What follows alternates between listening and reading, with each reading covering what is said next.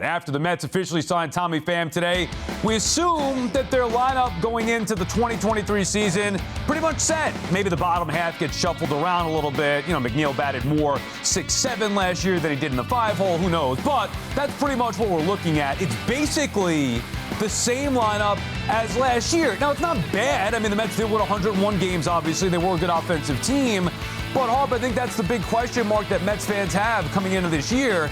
Is that enough? And let's make the call to the bullpen right now. Welcome in Jerry Blevins. Jerry, did the Mets do enough to improve their lineup this offseason?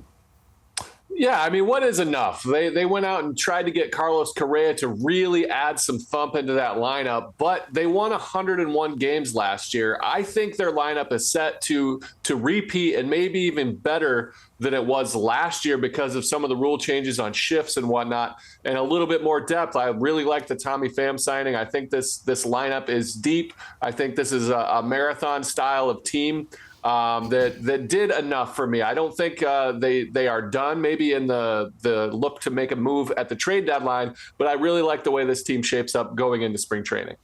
Yes, I think it could be good enough. Look, I think we all remember the way it ended last year. That's part of the problem when you look at it, kind of the perception we have.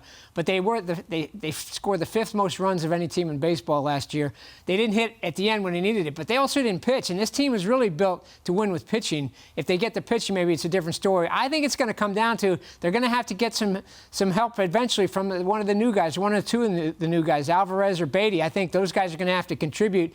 And I think they're going to get to the trade deadline and make a move if they need to. So I think they're fine right now where they are. They could have done more, but I think they're okay where they are. Yeah, I think you look at the market and you say, wow, there are a couple of names out there that the Mets didn't go get. You could always dream what could be, what could have been in this lineup. But obviously what the Mets have, they feel really confident in. And here's the thing, too. Here's the reminder, because we talk about the power all the time. There's a lack of power, a lack of a bat. And I've said that, and I agree with that. But if you actually dive into the numbers, the Mets led the National League in hits last year. They were really close to the Braves when it came to runs. And we saw how the season shook out a little bit. So if, like Harp said, they can get a little more power, maybe Brett Beatty can do that. Tommy Pham maybe can add a couple more home runs to that list. Maybe that's how they catapult themselves. But this lineup is really, really good. These guys know how to hit. They take professional at-bats, and what they do in the National League East is really important. You see how the other teams and what they did in the offseason, I think the Mets are right there. I really like the lineup.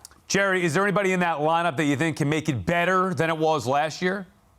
Yeah, I really do. I think Eduardo Escobar is almost the forgotten man. I think people even kind of hold it over his head. They're like, we could have got Correa, or he's holding Beatty back, or even in some form holding down Alvarez. But I look for him. He wasn't as bad as people think he was. He actually had a decent year. It was very streaky, and there was long, unproductive moments. But Eduardo Escobar, to me, is that X factor that could protect Pete Alonso. He's a switch hitter. He's a veteran. I think they're going to give him a long leash out of spring training to let those guys get some extra seasoning.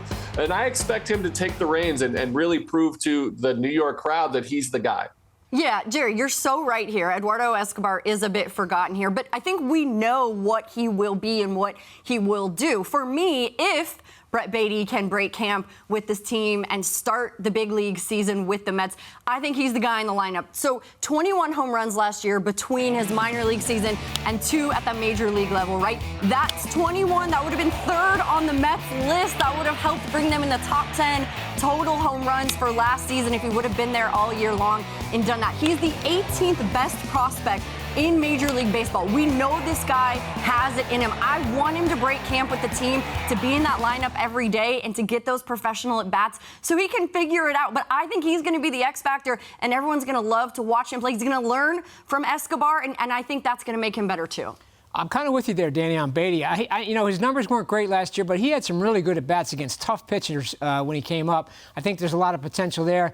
But Alvarez, to me, is the obvious guy if you're looking to fill that gap for power and add a little more power.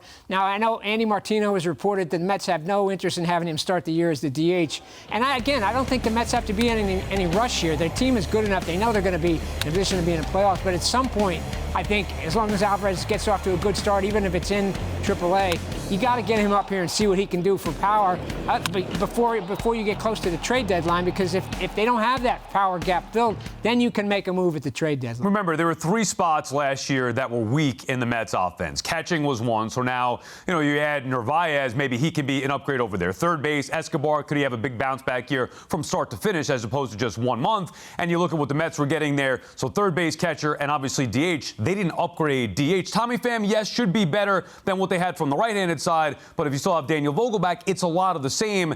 We're not going to see Alvarez. We're not going to see Beatty until midway through the year, if that, and then obviously the deadline. But right now, going in on paper, it's pretty much the same lineup that it was last year.